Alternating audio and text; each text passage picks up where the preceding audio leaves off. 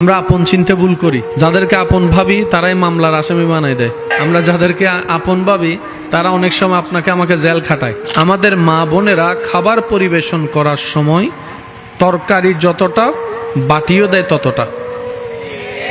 সব তরকারি কি এক বাটিতে দেওয়া যায়? দেখতে সুন্দর লাগবে? সুন্দর না লাগলে কি খাওয়া আসবে? অভক্তি নিয়ে, সন্দেহ নিয়ে খেয়াল করে দেখবেন, ভালো খাবার খেলেও পেট খারাপ হয়। সন্দেহ এমন একটা মারাত্মক জিনিস, এমন মারাত্মক একটা ভাইরাস, যেটা আপনার সুস্বাস্থ্যকর ফ্রেশ খাবারও যদি সন্দেহ করে খাবার হয়, অনেক সময় দেখবেন সেটা পেটে সয় না, আপনার পেট খারাপ হয়ে যায়। ঠিক কি না? সন্দেহের বিপরীতে ঈমান। একটু বলতে হবে, সন্দেহের বিপরীতে। আর ঈমান হচ্ছে মুসলমানদের জন্য সবচাইতে বড় শক্তি। ঈমান হচ্ছে মুসলমানদের জন্য সবচাইতে প্রথম অবস্থান। আমল আগে না ঈমান আগে? শুনি না, জোরে বলেন।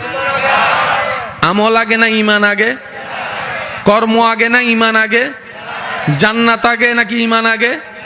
পুরস্কার আগে না ঈমান আগে? সব কিছুর আগের অবস্থান হচ্ছে ঈমান। সেজন্য মুসলমানদের সবাই একমত এক কথাই, সেটা কি? অন্য সব বিষয় নিয়ে আমি তোমার সাথে কম্প্রোমাইজ করতে পারবো। জায়গা সম্পত্তির যদি বিষয় হয়, একটা সোলা করতে পারবো, হয়তো আমি পিছনে নিব, তুমি সামনে নাও।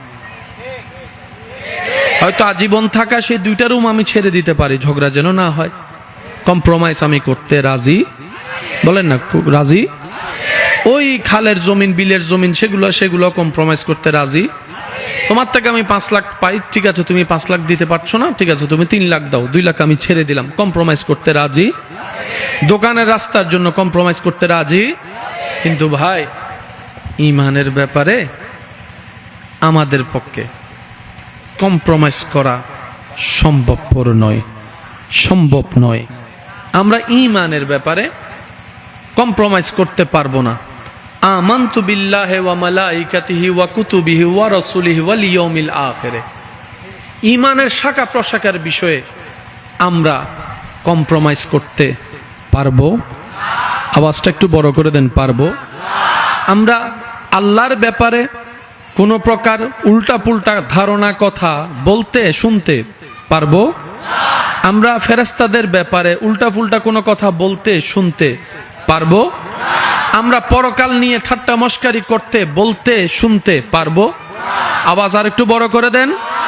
আমরা সমস্ত আসমানি কিতাব, যদিও রব্বুল আলামিন আমাদের জন্য কোরআন দিয়েছেন, কিন্তু আমরা তাওরাত, জবুর, ইনজিলকে শ্রদ্ধা করি, আসমানি কিতাব হিসেবে বিশ্বাস করি। যদিও আমরা নবী রাহমাতুল লিল আলামিনের উম্মত, কিন্তু আমরা মূসা নবীর নাম উম্মত যদিও ওনার না হই, তারপর ওনার নাম নেওয়ার আগে, নামের আগে হযরত বলি, শেষে আলাইহিস সালাম বলি। সুবহানাল্লাহ। যদি আমাদের সাথে ঈসা নবীর কোনো সম্পর্ক নাই, তারপর আমরা ঈসার আগে হযরত বলি, শেষে আলাইহিস সালাম বলি।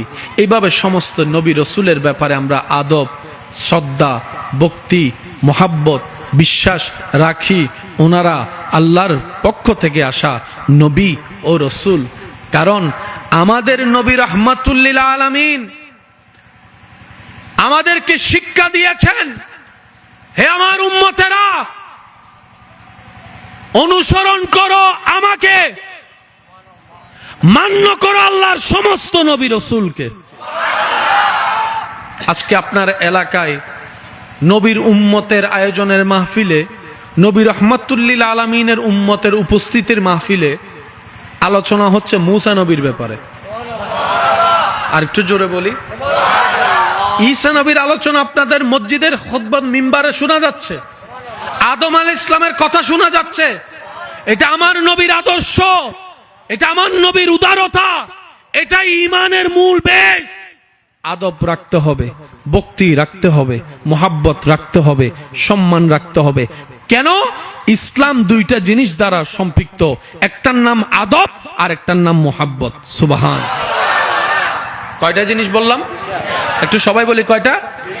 একটার নাম আদব আর একটার নাম, এই দুইটা থেকে যদি একটা না থাকে বুঝবেন সেখানে ইসলাম, আমি শুনি নাই আরো জোরে, সেখানে ইসলাম।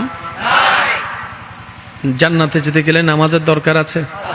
আপনি নামাজটা একটু খেয়াল করে দেখবেন, সেখানে দুইটা জিনিসের সমন্বয়, আদব আর মোহাব্বত। এই যে আপনি দাঁড়াচ্ছেন, দাঁড়ানোটা একটু দেখেন,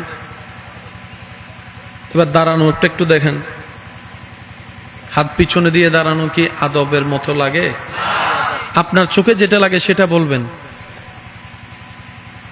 যখন আপনি এভাবে দাঁড়ান, দেখতে আদবওয়ালা লাগে। নামাজ কি খুব 5G গতি নাকি ধীরে ধীরে? আপনার তেলাওয়াত শেষ, রুকুতে যাবেন, আল্লাহু আকবার, আস্তে আস্তে, ইমামও তাকবীর দেয় সেভাবে, প্যার সে কহো না ইয়ার সুবহানাল্লাহ। এবার আপনি রুকুতে যাই কি বলতেছেন? সুবহানাল্লাহ, এরকম বলা হয়? কত সুন্দর করে সুবহান রাব্বিয়াল আযীম। বলার মধ্যেও আদব, শোনার মধ্যেও আদব, পড়ার মধ্যেও আদব। সুবহানাল্লাহ আরো জোরে শুনতে থাকি। রুকু করতে গেলেও আদব, সিজদা করতে দেখলেও আদব, যে করে তারও আদব, যে দেখে তারও আদব। কোনো তাড়াহুড়া নাই, সেখানেও আদব। আপনি কোরআন তেলাওয়াত করছেন, সেখানে কোনো উচ্ছৃঙ্খলতা নাই, সেখানেও আদব। আপনার পাশে একজন যদি আপনার গুথা মারে নামাজের মধ্যে, আপনি তাকে যে ঠুসা মারার অধিকার আছেন, আপনি সেটাও মারছেন না, সেটাও আদব। পুরা নামাজটাই যদি খেয়াল করেন, আদব আদব আদব। আর যে কারণে আপনি সবকিছু করছেন, এটাই হচ্ছে আপনার রবের প্রতি আপনার মোহাব্বত।